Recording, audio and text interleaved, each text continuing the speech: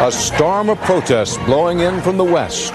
Will a new tax revolt spread nationwide? In Washington, President Clinton tries to stop a rebellion within the ranks of his own Democratic Party.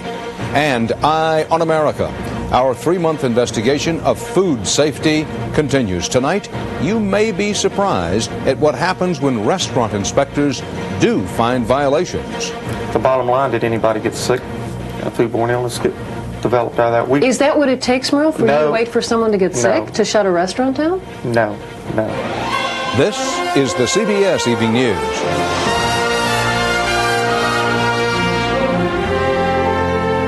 Good evening, Dan Rather reporting. Tax revolt. You probably haven't heard that phrase in years, not since the anti-tax wave that started in California and swept the nation a full decade ago. Well, it could be starting up all over again in a somewhat different form. To understand it, we're going to go to California. In California, citizens have resisted tax increases. A revenue-strapped state government is now trying to take back some revenue from cities and counties, and people along the line, down the line, are beginning to protest. Correspondent John Blackstone begins our coverage in California. The national debate over how to pay for government services without raising taxes brought an unusual crowd of demonstrators to California's capital today. And we're going to fight to keep those tax dollars. This is the first step.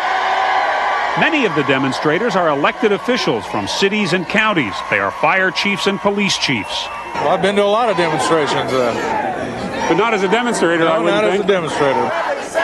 They are all caught in the squeeze as governments at every level struggle to cut spending, to bring budgets under control. Tina Kirschbaum was the victim of a budget cut when she was stopped by carjackers. I drove straight to my nearest sheriff's station and found the doors closed. I could not get help. The sheriff's station Kirschbaum raced to in a Los Angeles suburb had been closed by budget cuts. In Los Angeles, the sheriff can't even afford to keep people in jail. Female prisoners were released this weekend before doing their time on a variety of charges. Prostitution, drug-related charges, burglary, robbery, grand theft, and forgery. And California's firefighters are now running TV ads warning that fire stations will be closing. Some things you can live without, others you can't. What's led to this is a plan by California's governor to raise money without raising taxes. The plan is simple. The state wants to take money for itself, raised by California's cities and counties. This is Governor Wilson's indecent proposal. But a move that could help the state's budget deficit will make it harder for local governments to provide services. The message from these demonstrators: taxpayers expect to get something